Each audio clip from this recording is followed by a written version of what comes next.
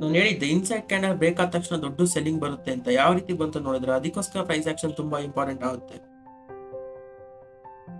So market ಇವತ್ತು gap up open ಆಯಿತು. Open ಆದ ತಕ್ಷಣ ಒಂದು ಸೆಲ್ಲಿಂಗ್ ಬಂತು. ಇದು ಪ್ರಾಫಿಟ್ ಬುಕಿಂಗ್ ಆಗಿರುತ್ತೆ. ಬಂದಾದ್ಮೇಲೆ ಇಲ್ಲಿಂದ ಒಂದು ಸಪೋರ್ಟ್ ತಗೊಂಡು ಈಗ ಎರಡು ಇನ್ಸೈಡ್ ಕ್ಯಾಂಡಲ್ ಫಾರ್ಮೇಶನ್ ಮಾಡಿದೆ. ಸೊ ಇನ್ಸೈಡ್ ಕ್ಯಾಂಡಲ್ ಐ ಬ್ರೇಕ್ ಆಯಿತು ಅಂದ್ರೆ ಈ ಬೈಯಿಂಗ್ ಕಂಟಿನ್ಯೂ ಆಗುತ್ತೆ, ಮಾರ್ಕೆಟ್ ಮೇಲೆ ಹೋಗುತ್ತೆ ಅಂತ. ಬಟ್ ಇಲ್ಲಿ ಇದು ಲೋ ಬ್ರೇಕ್ ಆಗ್ತಿದೆ. ಸೊ ನಾನು ಇಲ್ಲಿ ಸೆಲ್ಲಿಂಗ್ ಸೈಡ್ ಒಂದು ಪುಟ್ ಬೈ ಮಾಡೋಕ್ಕೆ ಪ್ಲಾನ್ ಮಾಡ್ತಾ ಇದ್ದೀನಿ.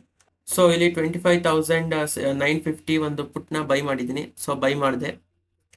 ಸೊ ನನ್ನ ಸ್ಟಾಪ್ ಲಾಸ್ ಇಲ್ಲಿ ಈ ಬ್ರೇಕ್ ಆಯ್ತಲ್ಲ, ಈ ಇನ್ಸೈಡ್ ಕ್ಯಾಂಡಲ್ ಬ್ರೇಕ್ ಆಯ್ತಲ್ಲ, ಅದರ ಹೈ ನನ್ನ stop loss.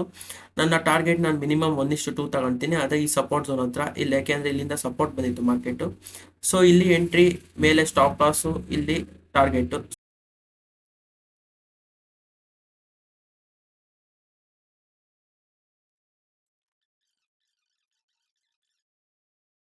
Inside candle trading ಒಂದು ತುಂಬಾ ಇಂಪಾರ್ಟೆಂಟ್ ಸ್ಟ್ರಾಟಜಿ. ಇಲ್ಲಿ ನೋಡ್ಬೋದು ನೀವು, ಇನ್ಸೈಡ್ ಕ್ಯಾಂಡಲ್ ಫಾರ್ಮೇಶನ್ ಆದಾಗ ಒಂದು ಕಂಟಿನ್ಯೂಯೇಷನ್ ಆಗುತ್ತೆ, ಇಲ್ಲ ಒಂದು ರಿವರ್ಸಲ್ ಆಗುತ್ತೆ. ಸೊ ಇಲ್ಲಿ ನೋಡಿ, ಇಲ್ಲಿ ಮಾರ್ಕೆಟ್ ಒಂದು ಬೈಯಿಂಗ್ ಬಂತು. ಬೈಯಿಂಗ್ ಆದ್ಮೇಲೆ ನೆಕ್ಸ್ಟ್ ಈ ಎರಡು ಡೋಜಿ ಕ್ಯಾಂಡಲ್ ಮಾಡ್ತಲ್ಲ, ಈ ಡೋಜಿ ಕ್ಯಾಂಡಲ್ ಹೈ ಬ್ರೇಕ್ ಮಾಡ್ತು ಅಂದ್ರೆ ನೆಕ್ಸ್ಟ್ ಕಂಟಿನ್ಯೂ ಆಗಿ ಮೇಕ್ ಹೋಗೋದು. ಇಲ್ಲಿ ಡೋಜಿ ಕ್ಯಾಂಡಲ್ ಲೋ ಬ್ರೇಕ್ ಮಾಡ್ತು, ಸೊ ಇಲ್ಲಿಂದ ಕೆಳಗೆ ಹೋಗುತ್ತೆ ಅಂತ. ಯಾಕೆ ಅಂದ್ರೆ ಈ ಡೋಜಿ ಕ್ಯಾಂಡಲ್ ಮತ್ತೆ ಇನ್ಸೈಡ್ ಕ್ಯಾಂಡಲ್ ಈ ತರ ಮಾಡ್ತು ಅಂದ್ರೆ ಇಲ್ಲಿ ಮಾರ್ಕೆಟ್ ಪಾಸ್ ತಗೊಂಡಿದೆ ಅಂತ. ಇಲ್ಲಿ ಡಿಸಿಷನ್ ತಗೊಂಡಿಲ್ಲ ಬೈಯರ್ಸ್ ಸೆಲ್ಲರ್ಸ್. ಮೇಲ್ ಹೋಗಕ್ ಸ್ಟಾರ್ಟ್ ಆಯ್ತು ಅಂದ್ರೆ ಬೈಯರ್ಸ್ ಡಿಸಿಷನ್ ತಗೊಂಡಿದ್ದಾರೆ ಮೇಲ್ ಹೋಗುತ್ತೆ ಅಂತ. ಕೆಳಗೆ ಹೋಗಕ್ ಸ್ಟಾರ್ಟ್ ಆಯ್ತು ಅಂದ್ರೆ ಸೆಲ್ಲರ್ಸ್ ಡಾಮಿನೇಟ್ ಮಾಡ್ತಾ ಇದ್ದಾರೆ ಅಂತ.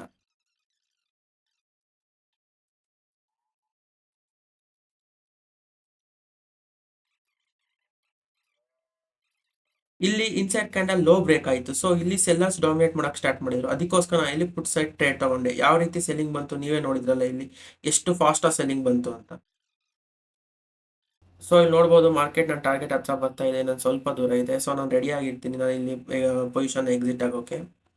ಸೊ ಇನ್ನೊಂದು ಸ್ವಲ್ಪ ಪಾಯಿಂಟ್ ಇದೆ. ಮಾರ್ಕೆಟ್ ಈ ಪಾಯಿಂಟ್ ಇಲ್ಲಿ ಇಟ್ಟಾದ ತಕ್ಷಣ ನೋಡಿ, ಇಟ್ಟಾಯ್ತು ನೋಡಿ, ಇಲ್ಲಿ ಎಕ್ಸಿಟ್ ಆಗ್ತಾ ಇದೆ. ಎಕ್ಸಿಟ್ ಆಗ್ತೀನಿ ನಾನು ಸ್ವಲ್ಪ, ಇನ್ನೊಂದು ಸ್ವಲ್ಪ ಪುಷ್ ಆದರೆ ಸಾಕು. ಓಕೆ, ಇಲ್ಲಿ ಎಕ್ಸಿಟ್ ಆದೆ ನಾನು. 5,600 ಸಮಥಿಂಗ್ ತೋರಿಸಿದೆ. So exit.